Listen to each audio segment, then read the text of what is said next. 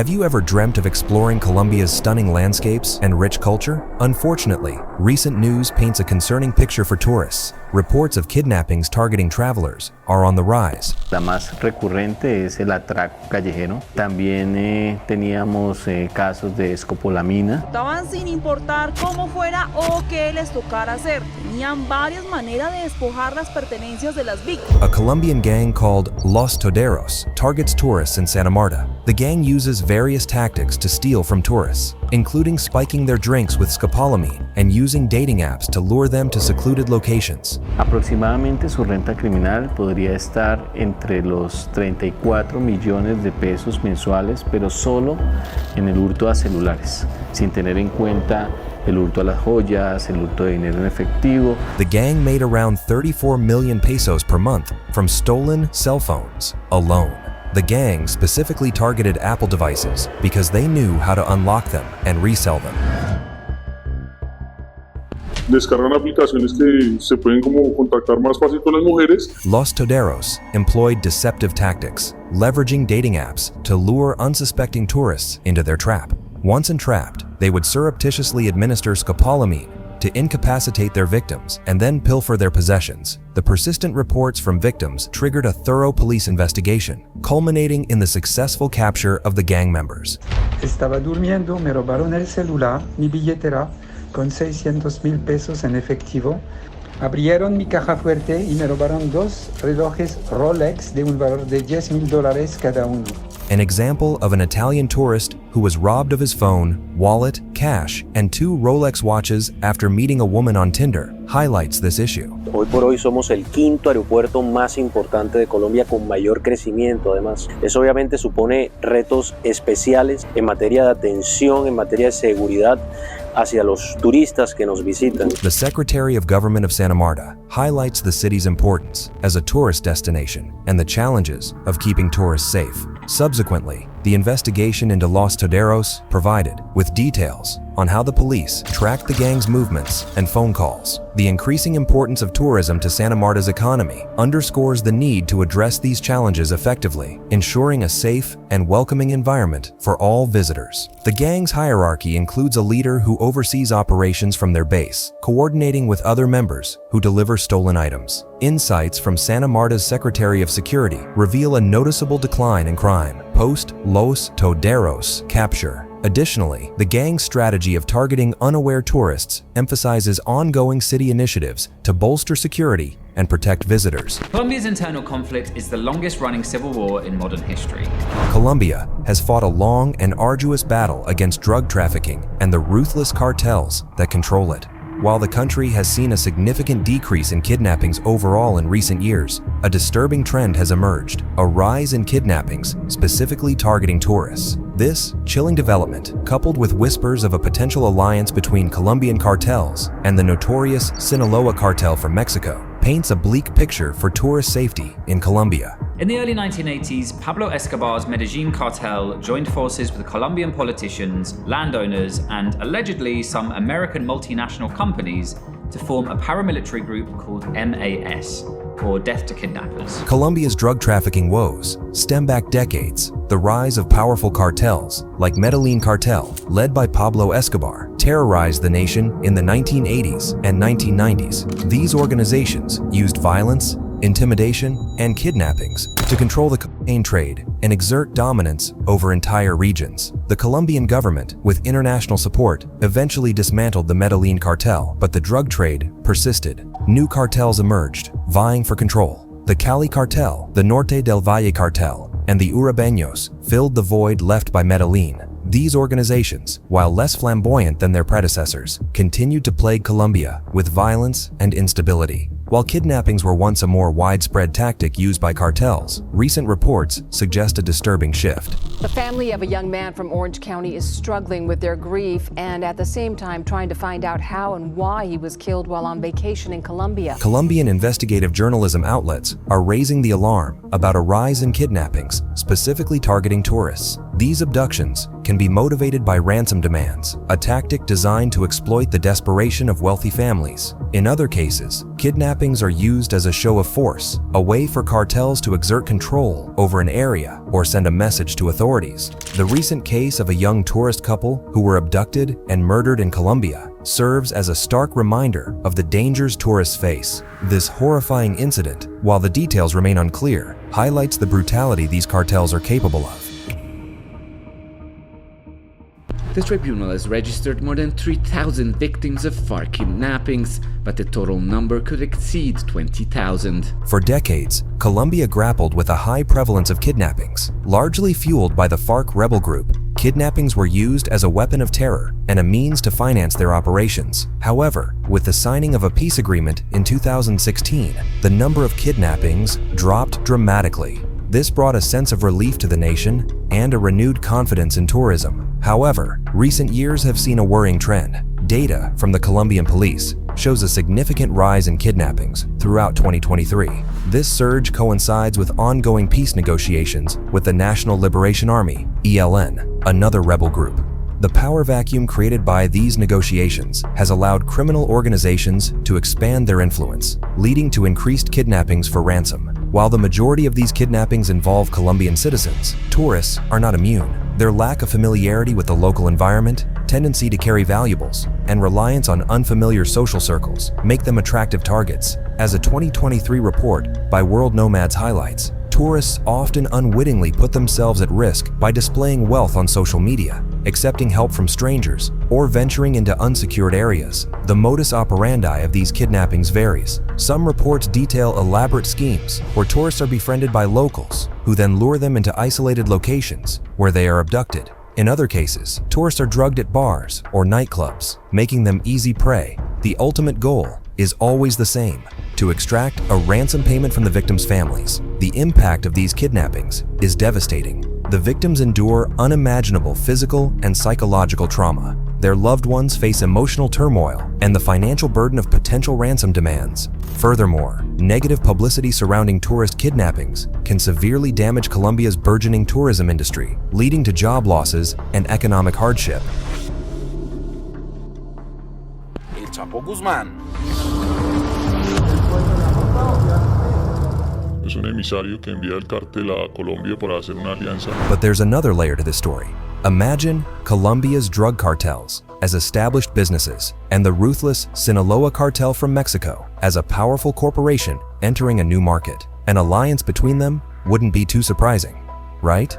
Well, that's kind of what's happening in Colombia, and it's not good news for tourists. Apparently, there's a growing alliance brewing between these ruthless organizations and the infamous Sinaloa cartel from Mexico. Now, these two events might seem unrelated at first glance, but there's a strong connection. The rise in tourist kidnappings and the collaboration between Colombian cartels might be more intertwined than we think. There are a few reasons why Colombian cartels might be looking to join forces with the Sinaloa giants. Think of the Sinaloa cartel as the Harvard of drug trafficking. They've got years of experience in everything from growing coca, the plant used to make cocaine, to smuggling it across borders. Colombian cartels, while no slouches themselves, could benefit from learning these advanced techniques. The Sinaloa cartel has its tentacles wrapped around the drug trade in many countries. By joining forces, Colombian cartels could gain access to these new markets and smuggling routes, expanding their reach and profits. Colombia's drug trafficking landscape is a bit like a schoolyard. Different cartels fight for control of territory and resources. The Sinaloa cartel's muscle, their reputation for ruthlessness, could deter rivals and help Colombian groups solidify their control in certain areas. But why? Why did the major drug cartels develop in Mexico and Colombia and not somewhere else? While both sides stand to gain from this alliance, it's not a win-win situation. When powerful groups join forces, they become even more powerful. This can lead to increased violence as cartels fight for control of territory and resources. This rise in violence could spill over into tourist areas, making them more dangerous. The Sinaloa cartel is known for its advanced smuggling techniques and use of technology. By learning from them, Colombian cartels could become even harder to catch, making law enforcement's job even tougher. Think of this alliance as a ticking time bomb. Alliances can shift, and disagreements can erupt. If this partnership falls apart, it could lead to a bloody turf war, further destabilizing Colombia. The implications of this potential alliance are far-reaching. Increased violence due to a consolidation of power or a resurgence of turf wars are distinct possibilities. Additionally, the combined expertise of these cartels could lead to more sophisticated criminal operations, making them even harder to dismantle. This, unfortunately, translates to a heightened risk for tourists who could be caught in the crossfire. Colombia, esa riqueza, ¿para dónde va, vieja?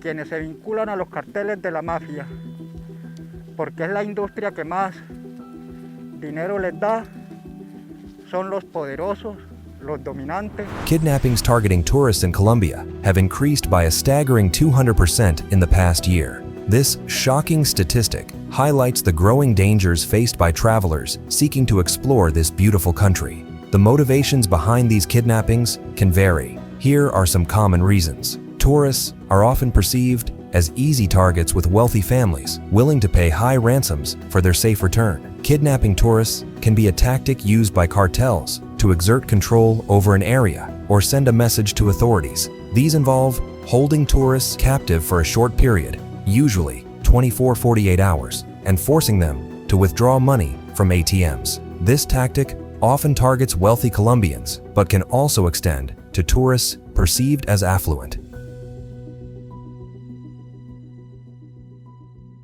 Paul allegedly met a girl on Tinder, a social media dating app, and went on a date on Wednesday.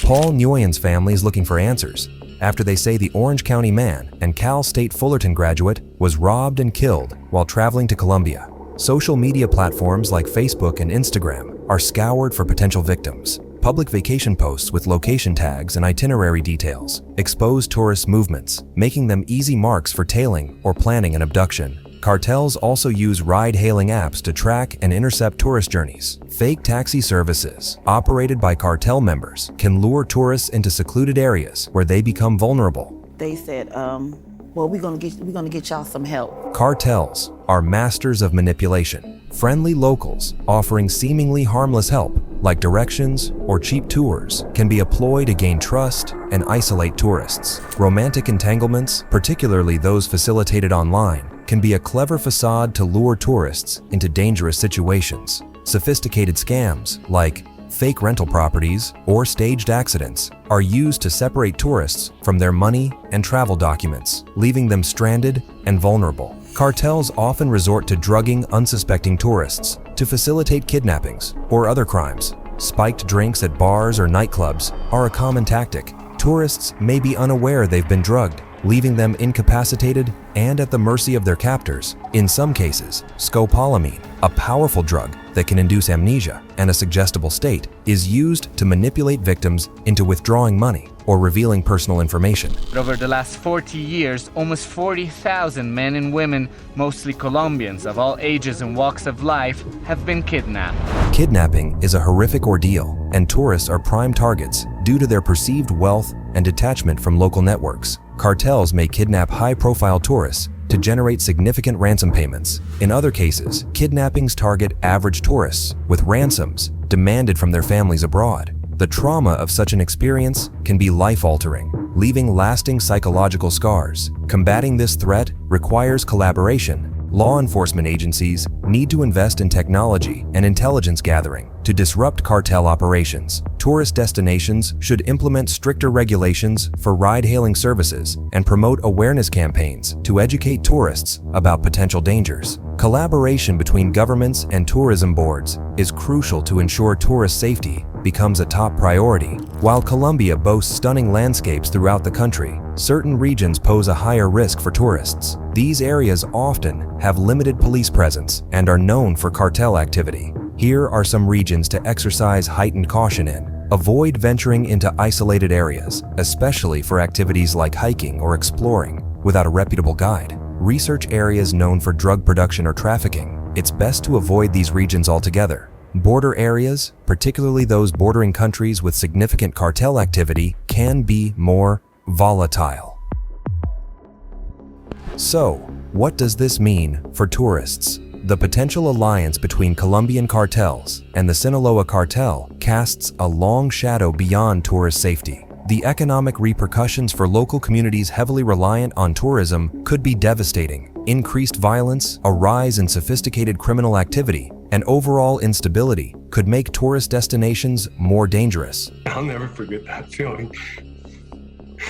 It was the scariest feeling in the entire world. Colombia has worked tirelessly to shed its image as a dangerous narco state and establish itself as a vibrant tourist destination. This alliance, however, threatens to undo all that progress. Imagine a backpacker canceling their Colombian adventure due to safety concerns or a family vacation scrapped for fear of kidnappings. This decline in tourist arrivals translates to a significant drop in revenue for travel agencies, hotels, restaurants, and local vendors. Estaban bombardeando por diferentes partes.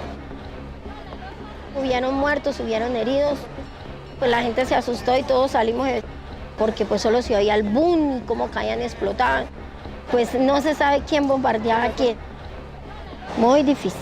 The impact goes beyond tourism. Many Colombian communities, especially in remote areas, depend on tourism as a primary source of income. Local guides, souvenir shop owners, and street performers all rely on tourist dollars to sustain their livelihoods. With fewer tourists venturing out, these communities face economic hardship, potentially pushing some back into poverty and further fueling social unrest. The Colombian government also faces a significant challenge in combating this new wave of violence. Dismantling these alliances, improving security in remote regions, and addressing the root causes of poverty and inequality that fuel the drug trade are crucial steps towards a safer Colombia for both its citizens and visitors. The Colombian government is well aware of the dangers this alliance poses and is taking steps to counter it. Authorities are deploying more police and military personnel to key areas, particularly those known for cartel activity. This increased presence aims to deter violence and disrupt cartel operations.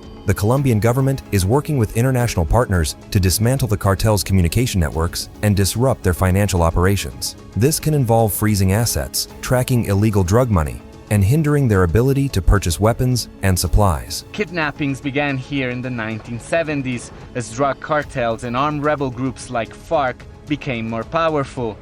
The group used it for economic gain, but also as a tactic in the conflict.